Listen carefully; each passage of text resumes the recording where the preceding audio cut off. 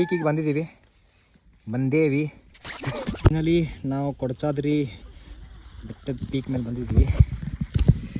ಇದೇ ಪೀಕು ನೀವು ನೋಡ್ಬೋದು.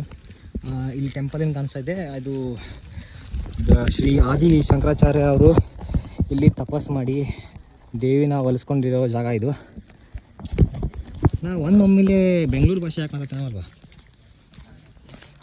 ಇಲ್ಲಿ ಮೂಕಾಂಬಿಕಾ ದೇವಿ ಬಂದು ಆದಿ ಶಂಕರಾಚಾರ್ಯ ಅವರಿಗೆ ವರ ಕೊಟ್ಟಿರೋ ಜಾಗ.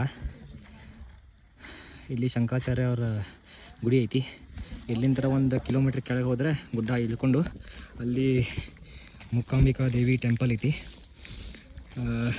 ಕೊಳ್ಳೂರು ಮೂಕಾಂಬಿಕಾ ದೇವಿ ಮೂಲ ಟೆಂಪಲ್ ಇರೋದೇ ಇಲ್ಲಿ ಕೊಡಚಾದ್ರಿಯಲ್ಲಿ.